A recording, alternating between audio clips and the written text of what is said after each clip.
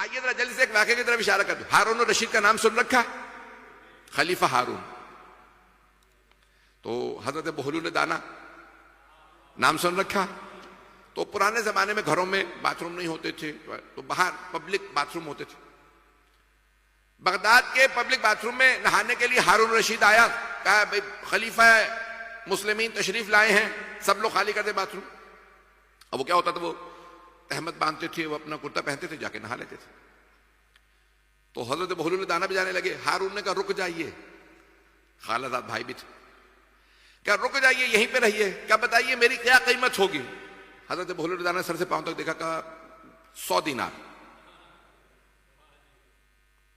ہارون رشید نے کہا بہلول 100 دینار تو میری اس لنگ کی قیمت ہوگی.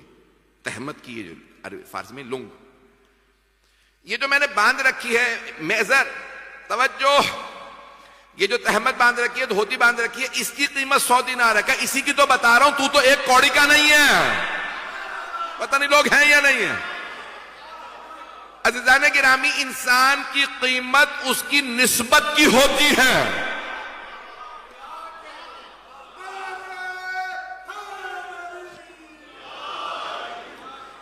یہ جو نہج البلاغہ میں فرما رہے ہیں مولا کائنات, قیمت کل امرئ, ہر انسان کی قیمت اتنی ہے جتنی وہ اچھائی رکھتا ہے. یہ نسبتیں, اچھائی بھی تب اچھائی ہے جب علی سے منسوب ہو.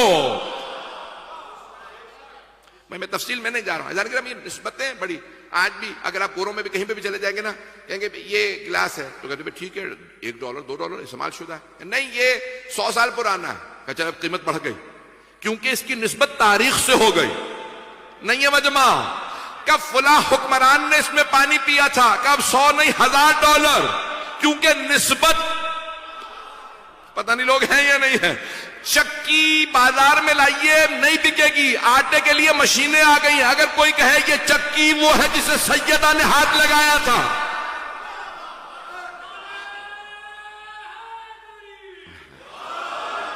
میں ممنون ہوں آپ کی محبتوں کا, میرے ٹوٹے پھوٹے الفاظ کو قبول فرما رہے ہیں.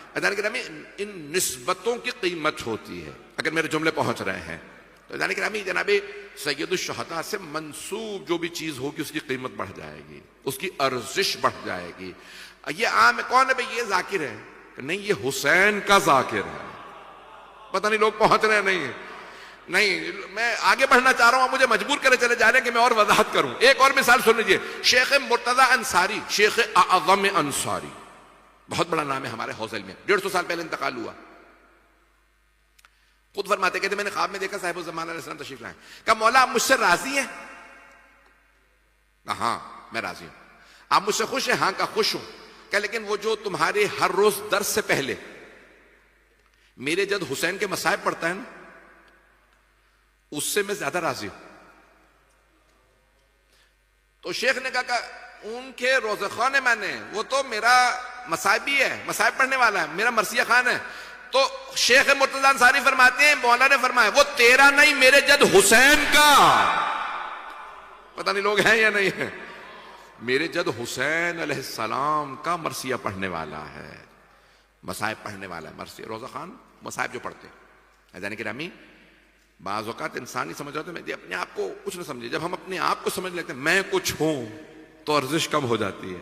جب نسبت دیتے ہیں میں ان کا غلام ہوں. ابھی بھی لوگ نہیں ہیں.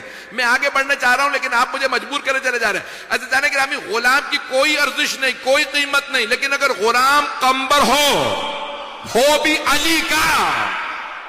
اب پہنچ رہے ہیں عزیزان گرامی, اب یہ دنیا کے بادشاہوں سے افضل ہے. غلام مولائے کائنات کا ہے. اب میرے جملے پہنچ گئے.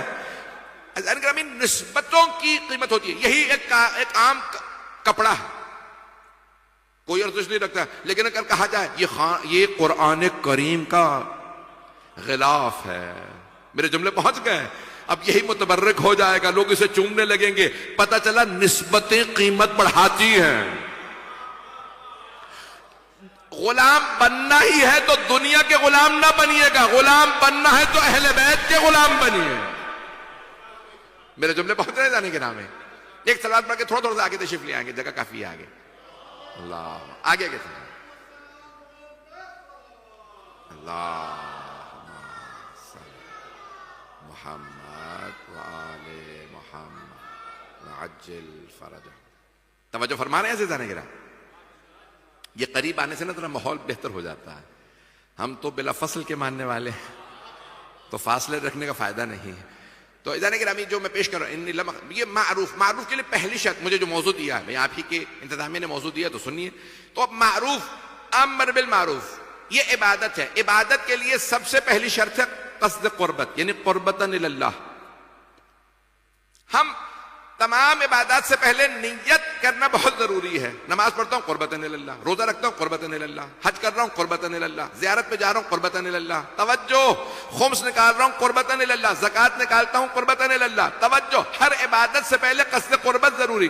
بھئی آپ اللہ کو بتا رہے ہیں تجھے راضی کر رہا ہوں، اللہ کو پہلے ہی دلوں کا بھید پتا. یہ آپ اپنے آپ کو بتا رہے ہیں، میں اپنے لیے نہیں اللہ کے لیے کر رہا ہوں. جو میرے بھائی پہنچ جائے. عزیزان گرامی یہ جو تاکید کی گئی ہے صدقہ بھی نکالو تو قربتاً اللہ، گھر سے چلو مسجد کے لیے قربتاً اللہ، مجلس میں آؤ قربتاً اللہ. دہراتے رہیں، نیت کریں پروردگارہ اپنے اور اپنے والدین کی خوشنودی کے لیے مجلس میں جا، اپنے اور اپنے والدین کے ثواب کے لیے، تیری خوشنودی کے لیے قربتاً اللہ میں مجلس میں جا رہا ہوں، اپنی طرف سے اور اپنے والدین کی طرف سے. والدین زندہ ہوں مردہ ہوں.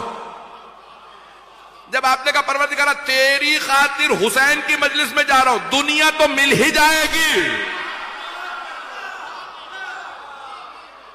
دنیا تو مل ہی جائے گی. نیت ہو